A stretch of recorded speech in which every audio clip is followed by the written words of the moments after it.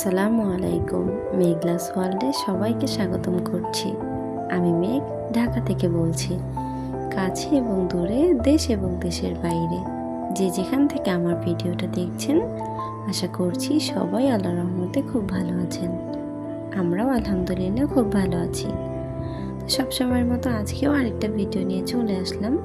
আশা করছি প্রতিদিনের মতো আজকের ভিডিওটা আমার আপু ভাইয়া আঙ্কেল আন্টিদের কাছে খুব ভালো লাগবে। তো যাই হোক, কথা কম বলি, অনেক বেশি কথা বলতে বলতে কিন্তু ভুলে গিয়েছি কোথায় যাচ্ছি, কি করছি। তো ঘুম থেকে উঠে কিন্তু আমি আমার মায়ের বাসায় যাচ্ছিলাম। তো ওদের বাসায় যাওয়াটা হুট করে, কোনো প্ল্যান করা, কোনো কিছু বলা ছিল না। তো সকালবেলা উঠে হঠাৎ করে চলে গেছি। তা আমি কিন্তু কিছু খেয়ে যাইনি, সকালে উঠে এমনি ফ্রেশ হয়ে চলে গেছি। তারপর আমার ছোটো বোন আবার আমার জন্য একটা কোরিয়ান নুডলস এনেছিল। তো এটা আবার আমাকে একটু রান্না করে দিয়েছিল। আমি কিন্তু এর আগে নুডলসটা খাইনি। সবাই হয়তো অবাক হবেন, যেটা না খাওয়ার কি আছে, এটা তো আজকে নতুন আসে নাই। বাট আমি এটা খাইনি কখনো, আমার এটাই ফার্স্ট টাইম খাওয়া ছিল। তো বেশ ঝাল ছিল নুডলসটা, বাট অনেক মজা লাগছে। তো যাই হোক, আমি দুপুর হয়ে গেছে আমার যেতে যেতে, তো একদম 11টার পর লেট হয়ে গেছে। তারপর সেখানে দুপুরে খাবার খেয়ে নিয়েছিলাম। তো আমি তো বললাম আমি তাদেরকে কিছু বলে যাইনি, তাদের বাসায় যে খাবার দাবার ছিল সেটাই কিন্তু আমি দুপুরে খেয়ে নিয়েছি। তো শুটকি ভর্তা ছিল, আর একটা ভর্তা, কি যেন একটা ভর্তা ছিল। তারপর হচ্ছে চিংড়ি মাছ ভুনা করেছিল, পটল আর হচ্ছে কাঁকরোল ভাজি করেছিল। তো অনেক কিছু ছিল, আলহামদুলিল্লাহ। এগুলো দিয়ে কিন্তু পেট ভরে ভাত খেয়ে নিয়েছিলাম। আর যদি থাকে শুটকি ভর্তার সাথে, তাহলে তো কোনো কথাই না। তো যাই হোক, আমার ভিডিওটা দেখতে দেখতে যারা এই পর্যন্ত চলে এসেছেন, যারা এখনও পর্যন্ত একটা লাইক করেননি, তারা প্লিজ একটা লাইক করে আমার ভিডিওটা কন্টিনিউ করুন। আর যারা অলরেডি কাজটি করে ফেলেছেন, তাদেরকে অসংখ্য ধন্যবাদ। আর যারা আজকে প্রথম আমার চ্যানেলটি ভিজিট করছেন, আমার ভিডিওর কোনো অংশ যদি আপনার কাছে ভালো লেগে যায়, আপনি চাইলে আমার চ্যানেলটাকে সাবস্ক্রাইব করে নিতে পারেন। আর পাশে থাকা বেল আইকনটা প্রেস করে দিতে পারেন। এতে করে আমি যখনই ভিডিও ছাড়বো, আপনার কাছে নোটিফিকেশন পৌঁছে যাবে। আর আপনি যদি চান, আপনার সময় এবং সুযোগ মতো ভিডিওটা দেখে নিতে পারবেন।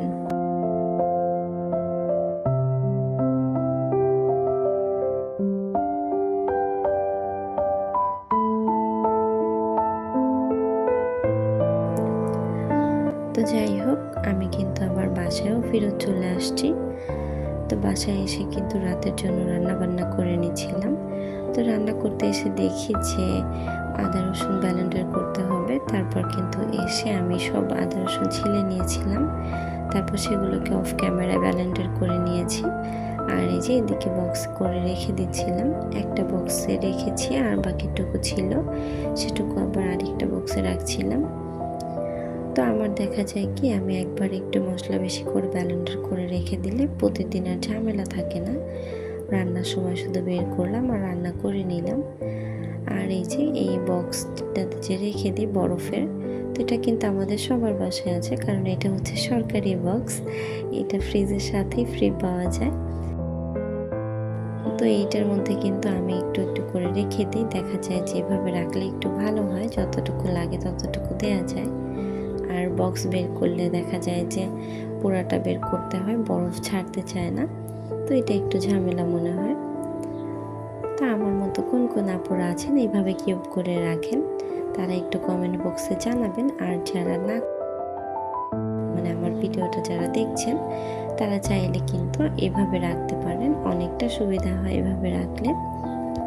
আর আমি আমার অনেক আপুদেরকে দেখেছি, অধিকাংশ আপুরা এভাবে কিউব করে রাখে। তো যাই হোক, আমি তো অনেক বেশি কথা বলি ভিডিওতে, কিন্তু এক্সট্রা কোনো কথা বলতে পারি না।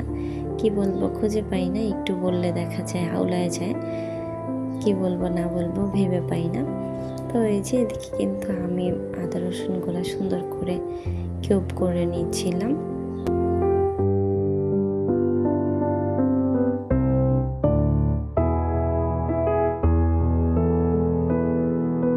তো যাই হোক, এদিকে কিন্তু আমি আদা রসুনগুলো ভালো করে বক্স ভরে নিয়েছি।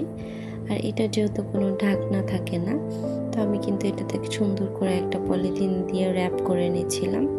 যেহেতু ফ্রিজে অন্যান্য জিনিসপাতি থাকে, তো আদা রসুনের গন্ধটা অনেক বেশি থাকে। এই আদা রসুনের গন্ধটা যেন ফ্রিজে না ছড়ায় পড়ে, এই জন্য এইভাবে করে রাখা। তো যাই হোক, আমার আপু ভাইয়ারা কিন্তু বলতে পারো তোমাদের কাছে বুদ্ধিটা কেমন লেগেছে। গন্ধ যেন না ছড়ায় এই জন্য কিন্তু আমি পলিথিন দিয়ে র্যাপ করে দিয়েছিলাম। তো এদিকে কিন্তু রাতের জন্য রান্না করে নিয়েছিলাম। রাতে একদম ঝটপট করে রান্না করছিলাম, কোনো এক্সট্রা ঝামেলা করছিলাম না।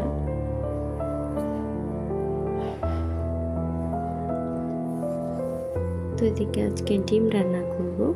তো আমি আবার 2টা ডিম ভেঙে নিয়েছিলাম। ডিম রান্না করব বলতে আলুর ডাল রান্না করব। ডিম দিয়ে আলুর ডাল এটা তো অনেকেই খায়, তবে এটা বেশি উত্তরবঙ্গের মানুষরা খায়। উত্তরবঙ্গের ফেমাস খাবার আলুর ডাল। তো যাই হোক, এদিকে কিন্তু আমি সুন্দর করে ডিমগুলাকে একটু স্লো মোশনে ভেঙে নিয়েছিলাম। তো আমার কাছে ভালো লাগছিল, স্লো মোশন হয়েছে তো কি হয়েছে, দেখতে সুন্দর লাগছিল। তারপরে যে রান্না করতে এসে আমি দেখি যে লবণ শেষ হয়ে গেছে, লবণ রিফিল করতে হবে।